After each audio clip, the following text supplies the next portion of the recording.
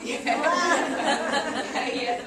I have a quick little thing. I don't know. It's not really a question, but it's kind of a thing I've been going through. I've been dating a guy, and it's one of those you go on a couple times and you know he's not right. And he's awesome and fun to hang out with and all that kind of thing. And he's good at bed. No. Sorry.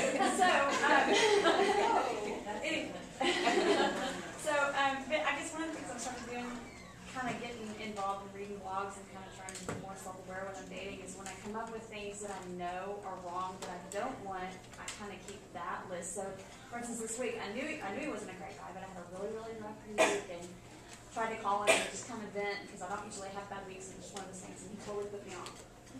Okay, you know what? I need a guy who's emotionally available to me, will support me. Okay, that goes on my list. And so now when I start looking for another guy, or that can help me check away from him and go, okay, this is what I want in a relationship. Right. So it's kind of helping me get more self-aware, I guess, when I'm dating. Well, see, that's good. But you also got to know what that looks like for you. Because we can say, I want somebody who's emotionally open. But what does emotionally open look like to you? Do you want a guy crying to you on the third date? Like, I mean, some women are like, I don't know who's going to support you when I need it once in a while. Support you when you need it. See, and that's the good thing. You got to articulate exactly what that looks like for you. That's very good. Good. Yes, ma'am. I fully agree with your statement about putting out what you want to get back and that whole thing.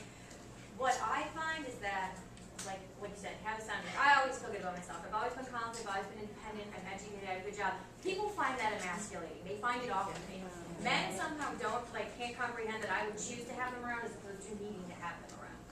So how can you feel good and be confident and be like, look, I'm great. I have a good job. I do this. I do that. I'm me without them being like completely freaked out by the fact that you just don't need them around. Well, it depends on the type of man that you're getting. Because a man that has his stuff together is not going to be put off by your confidence. They're going to love it because it magnifies them. They'll be like, hey, look at the prize I got. Okay, it's not, I mean, it just depends on it depends on the type of man. That's what it comes down to. I mean, I know people, yes, thank God they're not here. I know people who literally go after guys who are not on their level because it makes them feel good and it makes them bring out their confidence more. Whereas the guy who's really what they should be going for scares them a little bit because he has a lot to offer. So, I don't know, you would have to look at the caliber of men that you're choosing. Well, yeah, and that's the problem. Like, as soon as I start talking to somebody and they hear, oh, you've done this and you do that, they're like, oh, sorry. Like, now I'm freaked out. Because you know stuff. Like, and maybe that's because we tend to meet people in bars. And then you start talking to them and you're like, yes, Yeah. Yeah. Where you go. Yeah. Talk to us in there. That's where you go. That's where you go. Yeah.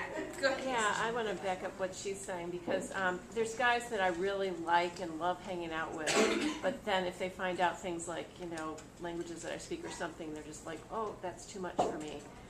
So I feel like I can't be myself and I'm just too much if I am myself. But then the guys who do like me are really egotistical. They're like, yeah, look what I got. And they just want me as a trophy. I don't want that. I want a relationship. So I'm finding the same thing she is, and I think it's a real concern because I've experienced that as well. yeah, one guy told me that. He told me the reason he chose someone else is he felt like I was just too smart for him. You were too smart for him. Yeah, but see, I really liked him, and I don't care what the IQ level is. I just really liked being with him. How did you meet this guy? That guy, I met him in seminary. Oh, we were both in grad school, and he was helping me translate some stuff, and I thought he was fabulous. Oh. And we were best friends. He would call me anytime, vice versa. But see, you guys were friends. Well, we were weren't friends. Dating. Well, we were friends, and then we went on a ski trip together, which was a big date. That was a big date. Was it a big date to him or to you? I thought it was the turning point. It wasn't to him. Right. And see, and that's another thing that I'm noticing even with my clients is that this hanging out, oh, we hung out. But hanging out is not a date. A date is a date. A date is a date when you show up to a set location and he pays the bill. That's what a date is. Going to your house and chilling, watching TV is not a date. That's hanging out. But the point is, he's the guy I would want. And I can't seem to get him because he's... I'm sorry. Can I say something? Yes, go ahead. I think anytime a man gives you an excuse for why he doesn't want to date you, What he really is saying is, I'm not that Into you, And yes. And I think that's what we need to get. It's not about that you're too smart, or you're too accomplished, or you're Right. too this, or you're too that. It is simply he is not that into you. Yeah. Learn not to take that personally and turn it into a list of things that are wrong with you. Oh God, I gotta act dumber now. You know, I gotta make myself look less beautiful so that I don't attract either the narcissists or the guys who are rejecting me. It's not about that. Keep moving forward. It wasn't that into you. Yeah. And it's not about being anything wrong with them either. Right. Yeah, it's just who it is. Yeah. Apples and oranges. Yes. You just move on. Exactly. You yes. said the date was someone that takes you out. Yes. Just like I read on her, so somebody I met, but we met in college, Uh-huh. which we still are in school back again for another degree. But it just started out like that. It was he's once, twice, 3 times a week. Both one lives in Dallas, one's school for Okay. and it's every week. But yet he was still dating someone, so I would never let him cross that line. This is Steve Harvey, sorry. Uh-huh. He's great about that. You don't cross that line. But you're getting emotionally too attached, but he's not willing to let go, so I just said.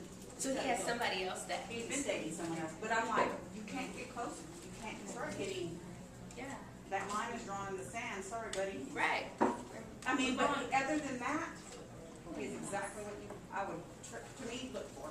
And that's another thing that we do a lot. We find someone that we want and we fixate on them, Yeah. and they feel the pressure, and they're like, oh man, she was cool, and now all of a sudden, I don't Oh, know, the walls are closing I'm the in. one that told him I was gonna do it at lunch, but he ended up couldn't because he was with a suspect. Okay. And I said, okay, well, I was already in Dallas and had to come back. And I said, okay, well, I was gonna tell you. So I finally told him, I was like, look, we're getting too close, and you still have your other friend. We got this. Yeah. Oh yeah. Back. Just back off. And that's what I did, and I'm like, okay. But, you know, we still talk to each other, we're still good friends, but I think he was getting there, but you have someone, so off the. Yeah. Exactly. Close that door. Well, yeah, Oh. but you still have your friends.